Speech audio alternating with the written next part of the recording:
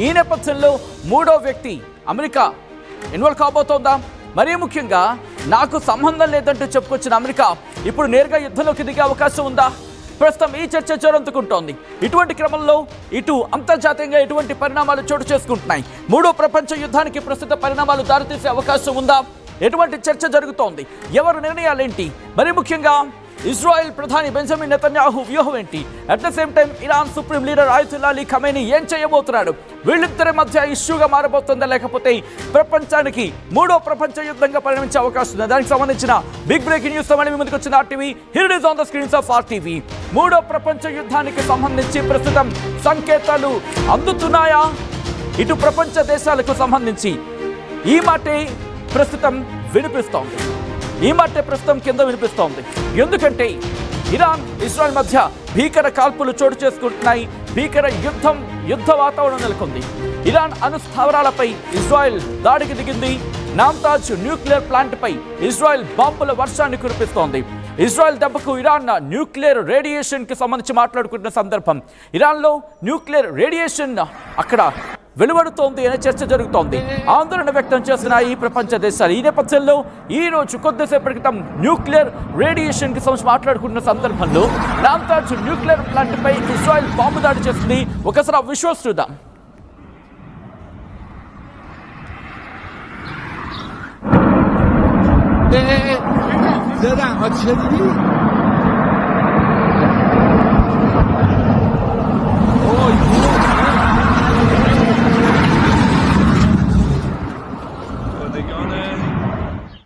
بسیار وسط. اوه اوه اوه اوه اوه یا علی.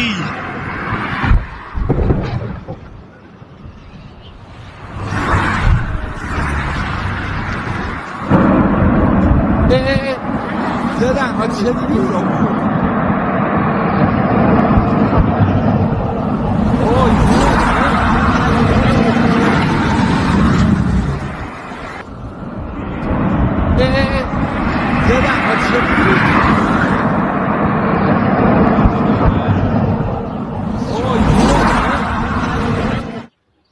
اوه اوه اوه اوه اوه یا علی.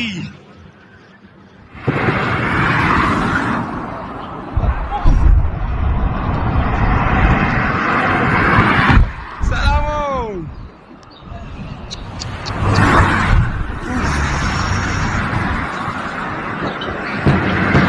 یا ابوالفرد یا خدا. اوف زدن آتیشه دیدی؟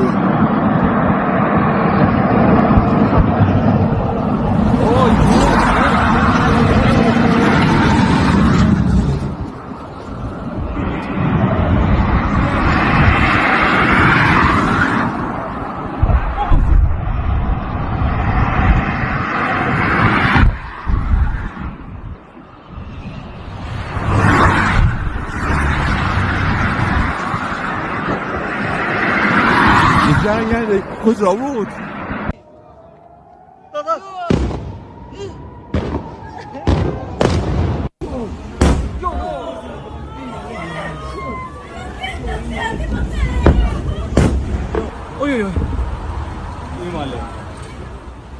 Right, visuals మీరు చూస్తున్నారు. ప్రస్తుతం ఇరాన్కి సంబంధించి ఎటువంటి పరిస్థితులు ఉన్నాయనేది, మరి ముఖ్యంగా న్యూక్లియర్ ప్లాంట్లకు సంబంధించి ప్రస్తుతం న్యూక్లియర్ ప్లాంట్ల మీద దాడికి పాల్పడుతోంది ఇజ్రాయెల్. ఈ నేపథ్యంలోని అక్కడ ఎటువంటి విపత్కర పరిణామాలు చోటు చేసుకుంటున్నాయో మీరు చూస్తున్నారు. న్యూక్లియర్ స్టేషన్స్, మరి ముఖ్యంగా న్యూక్లియర్ ఫెసిలిటీస్ అంటూ ఉంటాయి కదా. ఇరాన్లోని నామ్తాజ్ ఫెసిలిటీ, మరి ముఖ్యంగా యురేనియం ఎన్రిచ్మెంట్ గురించి ఇక్కడ మాట్లాడుకుంటూ ఉంటారు. ఇది ఇక్కడ యురేనియం మరి ముఖ్యంగా యురేనియంకి సంబంధించి ఆ నిల్వలను చేసుకుంటున్న సందర్భం. సో ఇటువంటి పరిస్థితుల్లోనే ఇక్కడే ఇజ్రాయెల్ టార్గెట్ చేస్తుంది. ఎక్కడా కూడా ఇరాన్కి సంబంధించి ఆ న్యూక్లియర్ ఫెసిలిటీస్ వాటిని ఇంకా బిల్డప్ చేసుకోకుండా, వాటిని ఇంకా ముందుకు తీసుకువెళ్లకుండా, వాటిని ఇంకా ప్రోగ్రెసివ్గా ముందుకు వెళ్లకుండా వాటిని నిలువరించేందుకు, వాటికి అడ్డుకట్ట వేసేందుకు తీవ్రంగా శ్రమిస్తోంది ఇజ్రాయెల్. ఈ నేపథ్యంలో మీరు చూడొచ్చు, మిజైళ్లతో బ్యారేజ్ ఆఫ్ మిజైల్స్ అంటూ ఉంటారు కదా, అంటే వందలాది మిజైళ్లతో, డ్రోన్లతో విరుచుకుపడుతోంది ఇరాన్ మీద ఇజ్రాయెల్. ఆ విజువల్స్ చూద్దాం.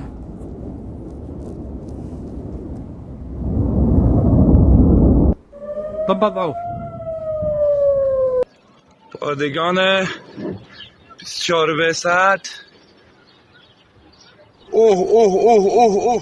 ఇక్కడ ఇంతకీ అక్కడ ఏమున్నాయి అనే అంశానికి సంబంధించి మాట్లాడుకుంటే మరి ముఖ్యంగా ఈ నామ్తాజ్ ఫెసిలిటీ దీంట్లో ఏమున్నాయంటే వీళ్ళు టార్గెట్ చేసిన దగ్గర multi level enrichment hall housing centrifuges అంట, దాంతోపాటు ఎలక్ట్రికల్ రూమ్స్ ఉన్నాయి, అలాగే సపోర్టింగ్ ఇన్ఫ్రాస్ట్రక్చర్ ఉంది. ఇవన్నీ కూడా ఆ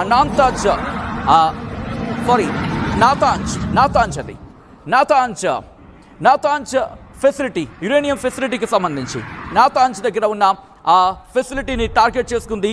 దీంతోపాటు క్రిటికల్ ఇన్ఫ్రాస్ట్రక్చర్ని కూడా టార్గెట్ చేస్తుంది.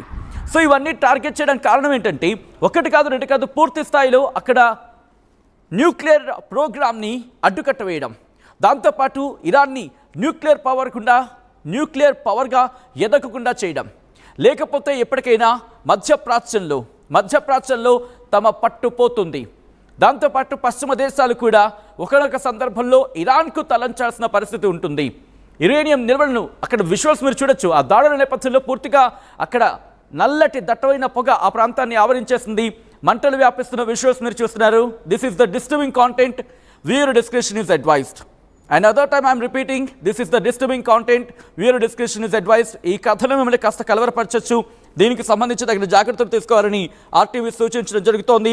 ఇరాన్కి ఇజ్రాయెల్కి సంబంధించి మధ్య జరుగుతున్న ఈ భీకర కాల్పులు ఎక్కడి వరకు వెళ్లే అవకాశం ఉంది? ఎందుకంటే విపత్కర పరిణామాల కింద మాట్లాడుకుంటున్న సందర్భం.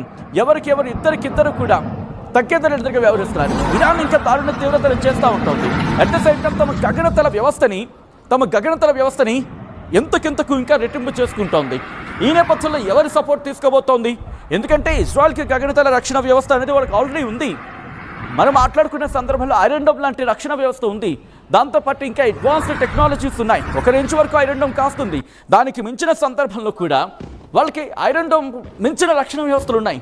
బట్ ఐరన్ డోమ్ మించి ఎక్కువ మాట్లాడుకుంటారంటే షార్ట్ రేంజెస్కి సంబంధించి కాపాడేస్తుంది కాబట్టి. బట్ ఇరాన్కి సంబంధించి కూడా రక్షణ వ్యవస్థలు ఉన్నాయి. వాళ్ళకు కూడా రక్షణ వ్యవస్థలు ఉన్నప్పటికీ ఆ రక్షణ వ్యవస్థలు పూర్తిగా ఎక్కడా కూడా వాటిని ఒక విధంగా చెప్పాలంటే ట్యాంపర్ చేసిన టైప్లో. ట్యాంపర్ అనే పదం కరెక్ట్ కాకపోవచ్చు, బట్ దాదాపుగా సుమారుగా అంటే వాటికి చిక్కకుండా దాడి చేస్తుంది. సో ఇక్కడ మనకి ఆ మ్యాప్లో క్లియర్ కట్గా అర్థమవుతోంది. ఇరాన్ మీద దాడి చేయాలంటే వాళ్ళకున్న ఆప్షన్ ఇట్స్ వెరీ క్లియర్. వాళ్ళకున్న ఆప్షన్ అయితే మాత్రం క్లియర్ కట్గా మనకు అనిపిస్తోంది. ఇజ్రాయెల్ ఇరాన్ మీద దాడి చేయాలంటే ఎక్కడి నుంచి దాడి చేయాలి? అయితే ఇరాక్ మీద నుంచి, లేకపోతే సిరియా మీద నుంచి, టర్కీ మీద నుంచి, అప్పుడు వెళ్ళి ఇరాన్ మీద దాడి చేయాలి. టెహ్రాన్ మీద టార్గెట్ చేయాలంటే అదే టర్కీ నుంచి, అంటే లెబనాన్ కావచ్చు, సిరియా నుంచి, అక్కడి నుంచి టర్కీ వెళ్ళి, టర్కీ నుంచి అర్మేనియా వెళ్ళి, లేకపోతే అజర్బైజాన్ వెళ్ళి అక్కడి నుంచి టార్గెట్ చేయాలి. అంటే ఇదంతా చాలా లాంగ్ ప్రాసెస్ వాళ్ళకి. కానీ ఇప్పుడు ఇజ్రాయెల్ ఇరాక్ గుండా ఇరాన్ మీద దాడి చేస్తుందా? సో ఇక్కడ ఆసక్తికర అంశం ఏంటంటే ఇరాక్కి సంబంధించి మ్యాప్లో చూసే ప్రయత్నం చేస్తే ఇక్కడ ఇజ్రాయెల్ ఉందనుకుందాం. ఇజ్రాయెల్ ఇక్కడ ఉంటే, ఇజ్రాయెల్కి సంబంధించి ఇక్కడ ఉందనుకుంటే, ఇక్కడ ఇజ్రాయెల్ దాటిన తర్వాత జోర్డాన్, ఇరాక్, ఇరాన్ ఇలా ఉంటుంది.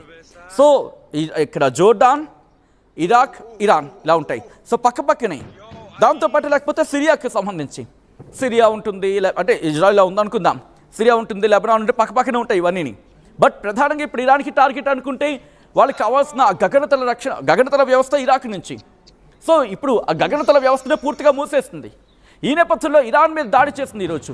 ఒకవేళ పేలిపోతే, ఇరాన్ ఈరోజు పేలిపోతే అది అసంభవం అనే మాట ఇప్పుడు క్లియర్ కట్గా కనిపిస్తూ ఉంది. పూర్తి స్థాయిలో అయితే మాత్రం ఇరాన్ మీద